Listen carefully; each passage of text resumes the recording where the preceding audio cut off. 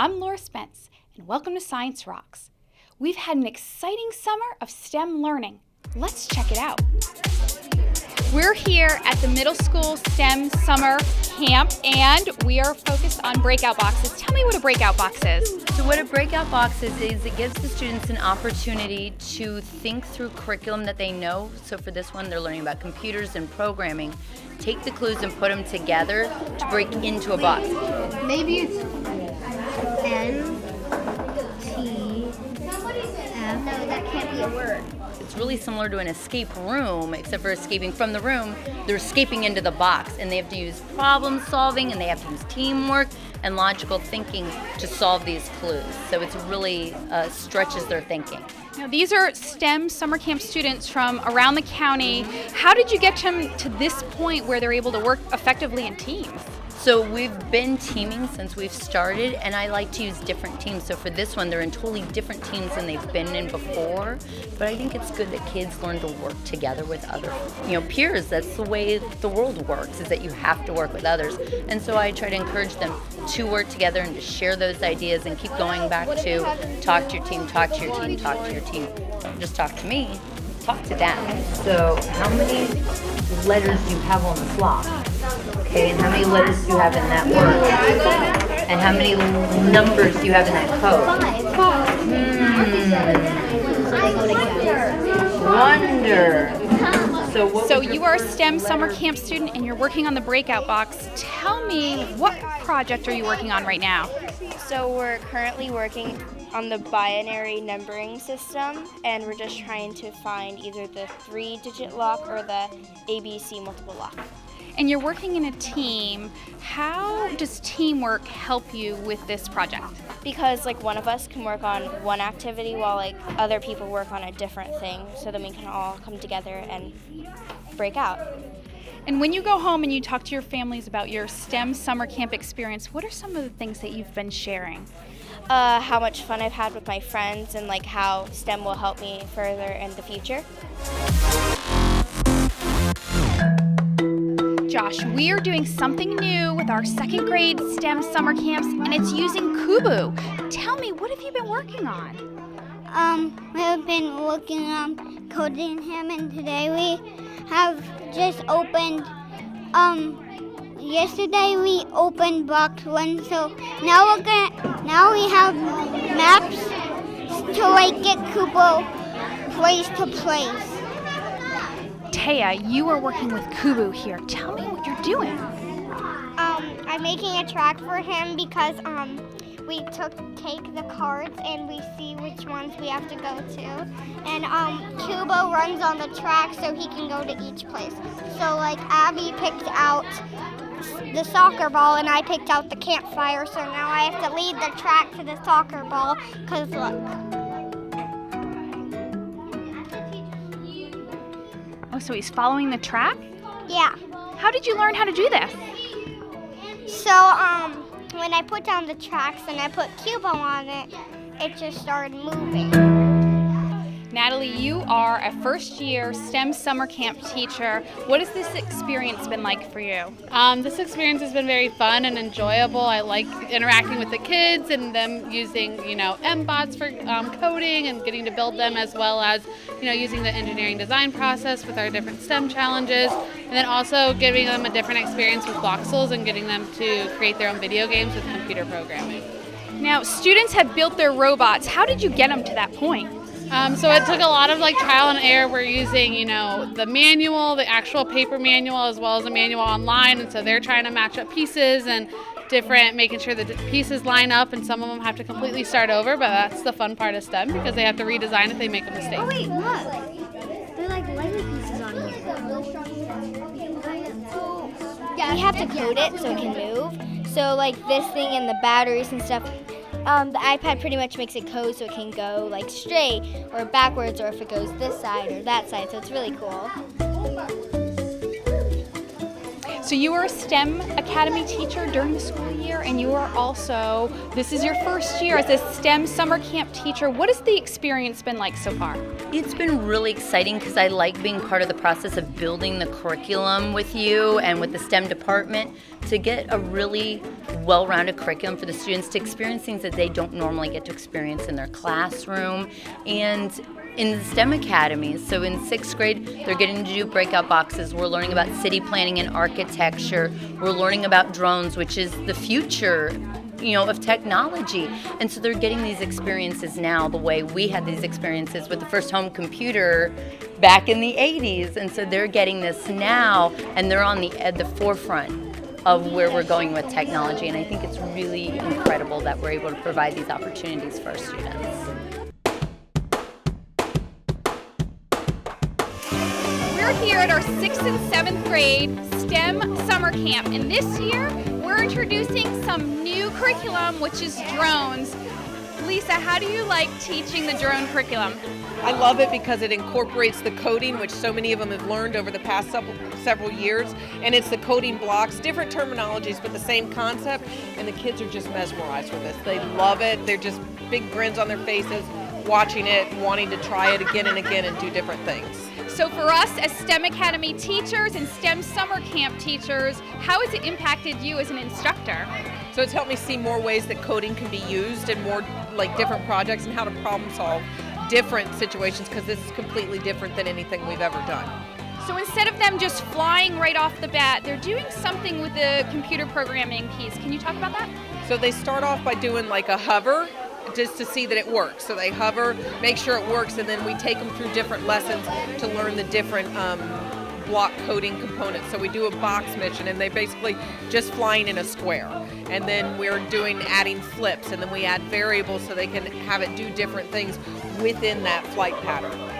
Ayana, this is our first time using drones in our STEM summer camps. What has this experience been like for you? It's really fun because I flew on a drone, but I've had bad experience doing it. So this is fun to do because you actually can program it to do stuff and you don't have to control it. Matt B., you are a STEM summer camp student. What has your excitement level been like? It's been pretty high. Why? Because the drones, it's quite exciting to do for the very first time. Now, if this is your first time flying a drone, what are some of the skills that you've learned? You put your hand above it, it's going to go upwards because it senses like your hand is like the ground. So when you go home every day after STEM summer camps, what are some of the things that you're sharing with your family members? I talk to them about what I learn, and I talk to them about how much fun it is here, and I really enjoy it. Welcome back to Science Rocks. My name is Julie Poth, and today students from our Summer Bridge program will be coming here to explore the nature park and to learn about science and make connections with their community. Well, we have a lot of field trips.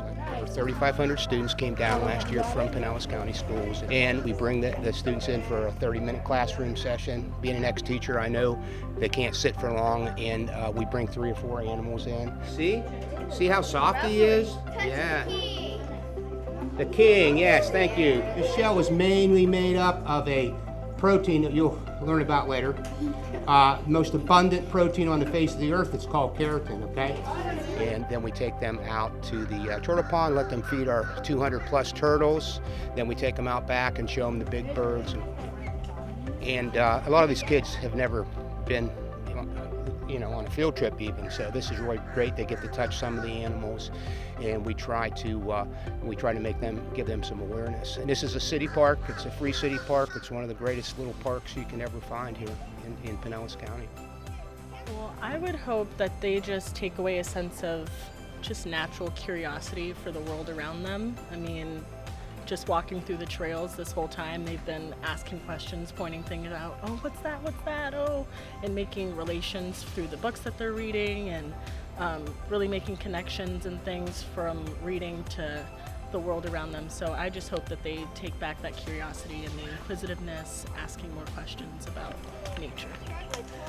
Well, there is a very heavy science focus, especially in our read-alouds. Through reading, we've been reading about bats, we've been reading about alligators, crocodiles, so they see the water, and some of the animals inside really supported that reading that we've been doing in class. So it's nice to see their eyes light up and making connections between things that we've already read about and spoken about in class. You want to reach over here and touch them? The new thing that I really experienced is the snake, the king snake, and I like that one because I never had pet a snake before. I think that they need to understand animals. Some people haven't been around animals before, and like even the turtles. You know, if you find a turtle on the road, stop, pick them up. They're not going to hurt you, and put them to the side of the road or something like that. I just would like them to have an appreciation for nature, an appreciation for, hey, you guys are going to be here longer than us, and just, you know, keep this going, keep this going.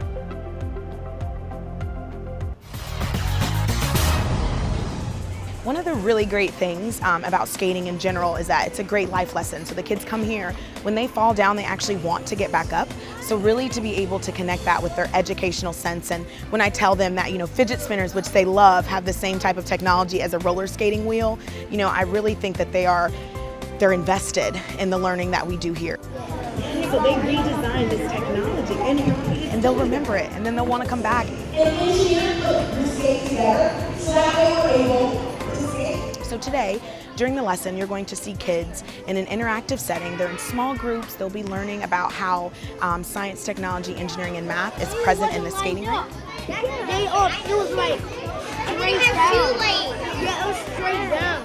And then we're actually going to move out into the rink, and we're going to do an experiment. We're going to collect some data and try to really decide if, in fact, the ramp height does increase or decrease. Does that affect the way, the rate in which a skate will roll, so the distance in which a skate will roll. So even though Summer Bridge is like a really condensed lesson, the students are still getting a great sense of the science that happens in the skating rink, and they're allowed to touch and feel and play and really kind of get a greater sense of how that relates to their real world. Is it going to make it past Josiah? Yeah! What do you think? What's your answer, Art? I think My hand whenever you're ready, okay? This is fantastic. It's even better than last year. The opportunity for the kids to put science, math, technology, engineering together with something they enjoy doing and seeing how science and math work in the real world is a great thing for the kids. I think it exposes them, so they just, as they grow and as they hear these concepts and this knowledge and this information, they begin to wonder, how does science and technology work in the real world? And eventually they put it together and they surprise us. Yeah, because I learned that gravity pushes down the skate. Then the more taller he gets, the more force the gravity pushes down the skate. I'll describe it as a really great lesson for kids to learn, and every kid should learn. And so with doing this as an educator and seeing their excitement and seeing their engagement whenever they come into the skating rink and they want to learn and ask questions, they want to be a part of the experiment, my educator heart is like super happy and bursting. Welcome back to Science Rocks. I'm Dave Cook. You know, in our show we are always looking at the relationship between science and nature, and today I think we found it with some goats. Just outside Rochester, Minnesota, Shanna McCain has a goat farm, which she has turned into a profitable business.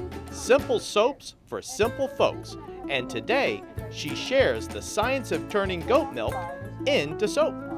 And everybody says, why the goat's milk? Here's why. Fats, proteins, and vitamins in goat's milk that are great for your skin. Almond milk also has lactic acid in it, and that acts sort of like a natural chemical peel. So it takes your dead skin cells away and the new ones come through, so your skin is fresher and brighter. Okay. Yeah, we'll talk a little bit about the process while we're in here too, okay?